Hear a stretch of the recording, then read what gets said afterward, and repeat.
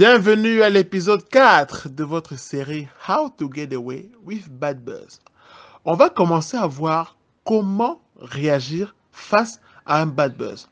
On l'a vu dans l'épisode précédent avec l'effet stressant, des mécanismes à mettre en place lorsque vous êtes face à une mauvaise e-reputation. Maintenant, je vais vous donner une technique ou alors une technique à éviter lorsque vous voulez gérer un bad buzz.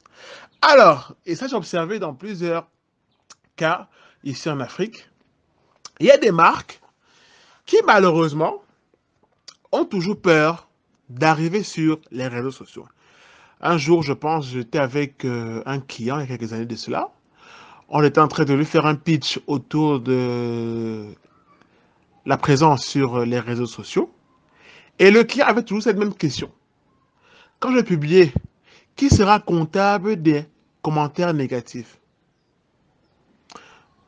En fait, je lui disais, mais écoutez, les gens ont la liberté de parole sur Internet. Vous ne contrôlez pas les commentaires. Les gens peuvent exprimer, même si vous n'êtes pas présent sur Internet, des gens peuvent parler de vous. J'ai toujours cet exemple d'une pharmacie dans un quartier de Yaoundé où j'allais et un jour sur Twitter, je lis en fait que cette pharmacie ne vend pas les Feralgan, elle vend plutôt du Doliprane. Je me dis, ah tiens, c'est bizarre, pourquoi une pharmacie ne vend que le Doliprane et pas les Feralgan? Du coup, j'arrive dans cette pharmacie quelques semaines plus tard. Je dis, bonjour, je voudrais de l'efferalgan. La dame à la caisse me dit, en fait, non, mon fils, on n'a pas de l'efferalgan, on a uniquement le Doliprane. Je lui dis, tiens, c'est bizarre. Donc, ce qu'on dit sur vous, sur Internet, c'est vrai. Elle me dit, non, mon fils, on n'a pas de site Internet. Je lui dis, mais qui vous parle de site Internet? Je vous dis qu'on parle de vous sur Internet, que vous y soyez ou pas. Donc, techniquement, autant mieux y être pour contrôler ce qui se dit de vous. Rappelez-vous, je vous ai dit que l'e-reputation, c'est la somme de l'image voulue et de l'image subie. Donc, si vous n'êtes pas là, vous allez laisser une image subie de votre marque. Et donc, quand beaucoup d'entreprises ont peur des réactions négatives, qu'est-ce qu'elles font?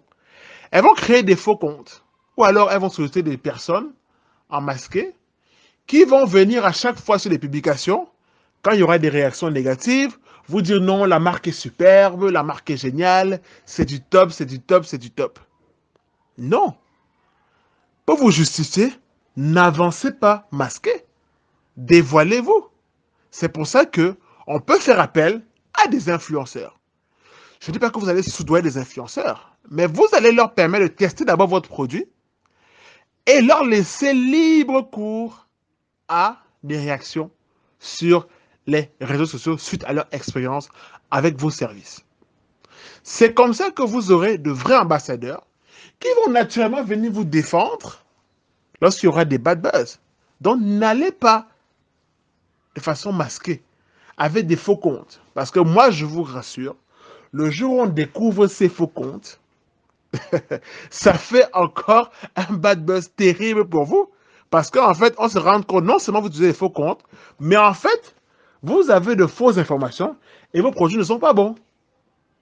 Donc du coup, la technique que je recommande, si malheureusement vous voulez avoir recours à des personnes externes qui vont venir vous aider, faites appel à des influenceurs et surtout, faites appel à des micro-influenceurs. Je le dis parce que beaucoup d'entreprises, lorsqu'elles font appel à des influenceurs, pensent d'abord à des personnes qui ont un grand nombre d'abonnés. C'est peut-être bien pour avoir une bonne surface médiatique. Mais moi, je préfère des micro-influenceurs qui ont peut-être entre 3000 et 4000 abonnés, mais qui sont régulièrement sur une thématique précise. Ils vous parlent toujours de nourriture. Ils vous parlent toujours d'hôtellerie. Ils vous parlent toujours d'agriculture. Si cette personne a un domaine qui vous correspond, rapprochez-vous d'elle. Commencez à nouer des partenariats avec elle en termes de test de vos produits, invitez-la à des événements et signez par la suite un contrat pour dire, OK, vous allez régulièrement parler de nos services et votre produit à votre manière, mais également, lorsqu'on aura un bad buzz, on aura besoin de vous pour nous aider à résoudre ce bad buzz. Donc voilà, faites appel à des vrais influenceurs pour vous aider et n'avancez surtout pas masqué sur Internet. Je vous déconseille. Allez, on se donne rendez-vous.